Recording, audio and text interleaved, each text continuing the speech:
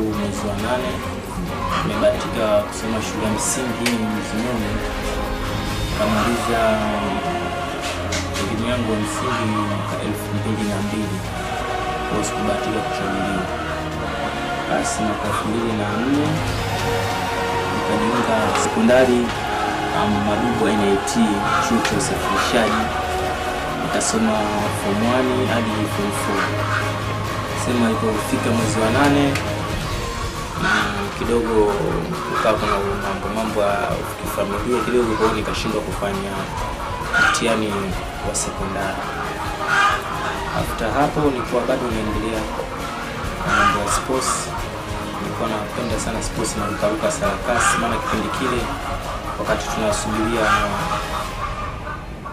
tunasubiria mchakato wa kwenda shule ndio nikawa niko busy nikanafanya kitu ambacho kitanikibizi ili sije nikanichanganya na makundi maskari, na tunajua mambo kujichanganya naweza kaa baada ya kunakuta madawa kulevya, kwa sababu kipindi cha watu wengi wanaharibikiwa ni kipindi kile watu wanamaliza shule ya msingi au form 4. Basi nikawa nafanya mazoezi ya karate kwa dosi, nakumbuka kuna piloto anaitwa Seba wa Mwananguro. Niliamua kucheza boxing kwa sababu kama muhimu 3.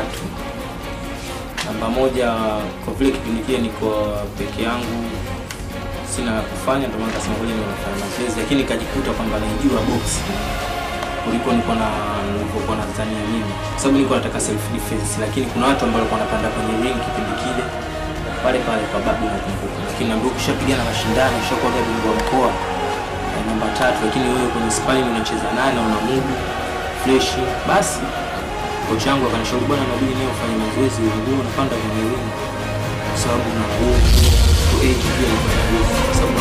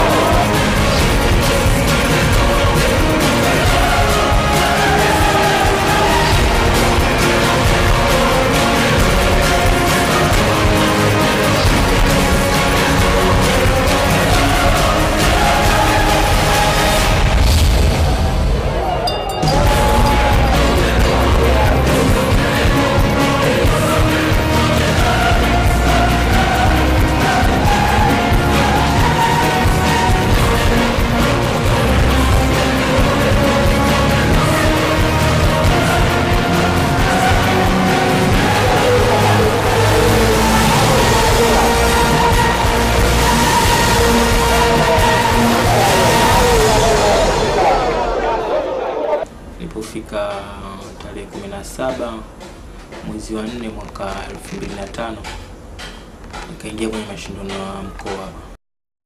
Nakumbuka ilikuwa DDC Mlimani Park kule kwa Shumari Kimbao. Basi game ya kwanza nimecheza, na nakumbuka kuna mtu anaitwa Mainya na Mazani, mtoto wa Mabibo, alikuwa mtu wa Mabibo. Nilipigana naye yule jamaa nikashinda kwa point. Basi nikaa kweli na mori, kweli kumbe naweza bwana. Game ya kwanza nimecheza nimeshinda. Kesho yake tena nikaendelea na game nyingine. Mashindano yale nashukuru Mungu nikawa bingwa wa mkoa. Kwa mara ya kwanza watu wengi wakashangaa, bwana kweli umeshinda mashindano yale rafiki yangu, umekuwa bingwa mkoa. Basi nilikuwa nikana mori sasa mazoezi, kwa sababu age ikae na ruhusu na mimi nikana motisha zaidi ya kucheza boxing. Basi nikawa najiandaa, natokea mashindano mengine ya bingwa mabingwa, naingia nacheza na piga. Nikachukua tena ile, nakumbuka ilikuwa gold medal, tena nikaja nikacheza mashindano yale nikachukua silver medal. Game nilipoteza kwa point, nipigana bondia moja anaitwa Mlisho wa Damu ambaye sasa hivi iko JKT Mgulani, ameajiriwa yuko JKT hapo jeshi ya kujenga taifa. Mamangu alikuwa hataki kabisa masuala ya boxing. Kweli mazoezini nikienda nimerudi mdomo umevimba, mara sometime jicho limevimba. Unajua mazoezi maana vifaa vyenyewe vilikuwa duni kipindi kile. Basi hivyo tunafanya kiubaili. Mzee wangu akana furahi, lakini bado akakishinga upande na yeye pia, kwa sababu unajua bwana, kutokana mimi ndo nyumbani hapa nilikuwa kaka. Nimeshaelewa kwa naenda, afu mchezo wenyewe watu wakiangalia Tanzania alikuwa maslahi kidogo madogo sana. Na ile amacha kama inavyoleka ngumi za lidhani, ngumi kama za kujitolea kama jeshi la mgambo hivi. Kwa hiyo nilikuwa nimepata shida sana, lakini baadaye wakawa wanaanza kukubali kidogo kama hivyo, akisikia kwenye taarifa habari jina langu limetangaza, bwana Amos Mwamakula anachezea timu ya mkoa. Kidogo wanaona labda anaweza kaa kweli, si unajua, lakini kama watu wanavyosema nabii akubariki kwao. Mimi ni mamake Amos Nazareth Mwamakula. Nafahamika kama kwa mama Amos.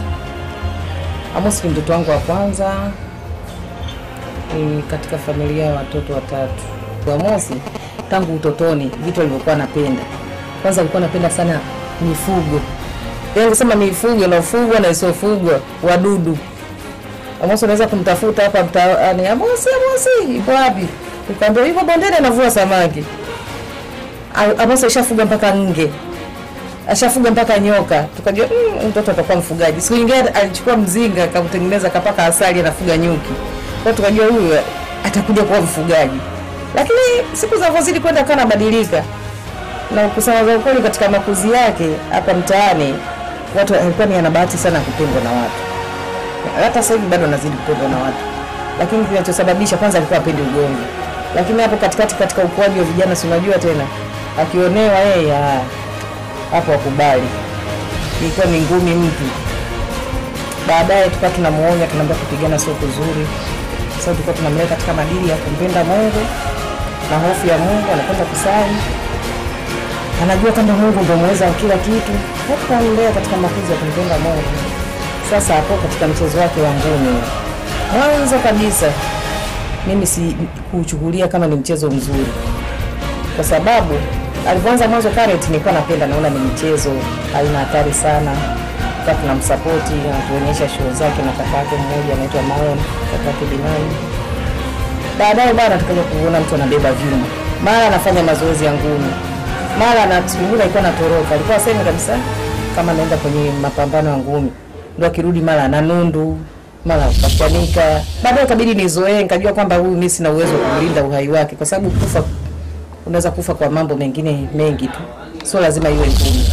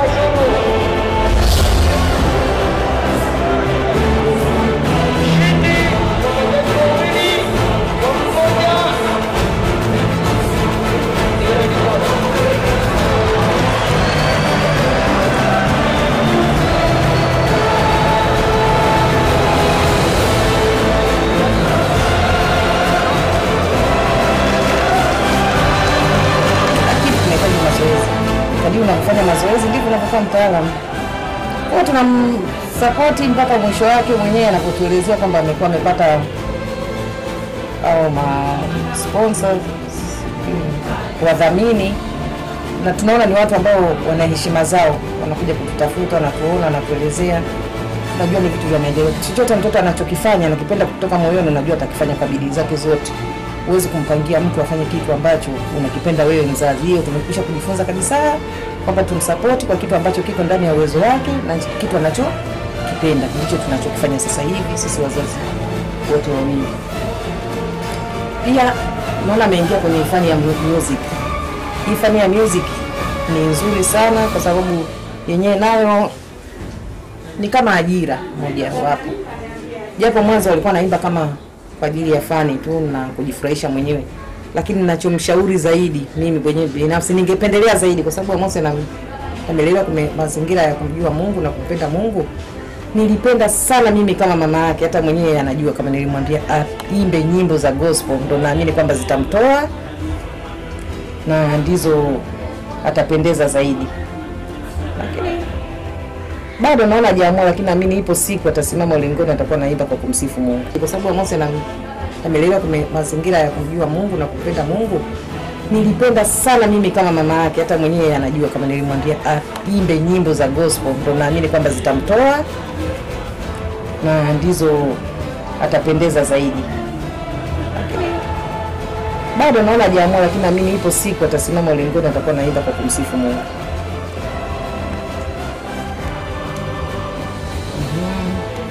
Sasa kuna tukio moja ambalo sitalisahau katika makuzi yake na ukuaji wa mwanangu Amos. Kwanza alipokuwa na miaka miwili alikuwa anapenda sana kutembea huko na huko. Aliondoka nyumbani kumfuata mjomba wake huko anakokwenda. Mara tulikuwa ndani tukasikia breki za gari zinafungwa. Kuangalia kutazamana hapo ndani hatuoni mtu. Tunaona watu tu wamekimbilia barabarani. Kwenda bwana kuangalia barabarani watu washajaa. Uchungulia naona miguu ya mtoto inacheza ngazina. Sasa bwana hii kisha habari.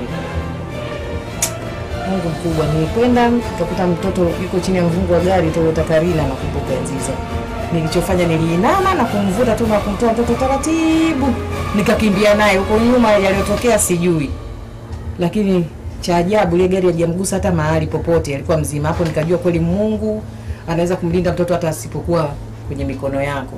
Kwa hiyo mpaka sasa hivi hata anacheza michezo hatari mimi siogopi, najua Mungu anaweza kumlinda, alimlinda toka tumboni, anaweza kumlinda kokote pale alipo.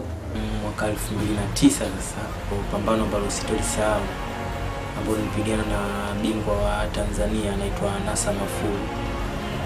Mwaka 2009 katika ukumbi wa PT wa DDC Keko nimecheza na Nasa Mafuru ambaye Nasa Mafuru alikuwa ni bingwa wa taifa. Kipindi kile raia hakuna raia ambaye alibahatika kumpiga, na yeye alikuwa ni askari magereza. Basi maana katika game hiyo ndio ilinisumbua kichwa sana. Game ile nakumbuka kwamba Nasa mwaka 2005 alichezaga mechi, nakumbuka kwa bahati mbaya alipiga na bondia mmoja kwa Kimaro, alipiga akamuua. Kwa hiyo watu wakanihofia sana Nasa. Bwana ule si mchezo, kampiga mtu kamuua, mwenyewe alikuwa analipa FIFA mwanzo. Lakini nakumbuka nilikuwa nafanya mazoezi na Francis Nation, ndugu zangu walikuwa wanasimamia nikatrain vizuri mashindano yale.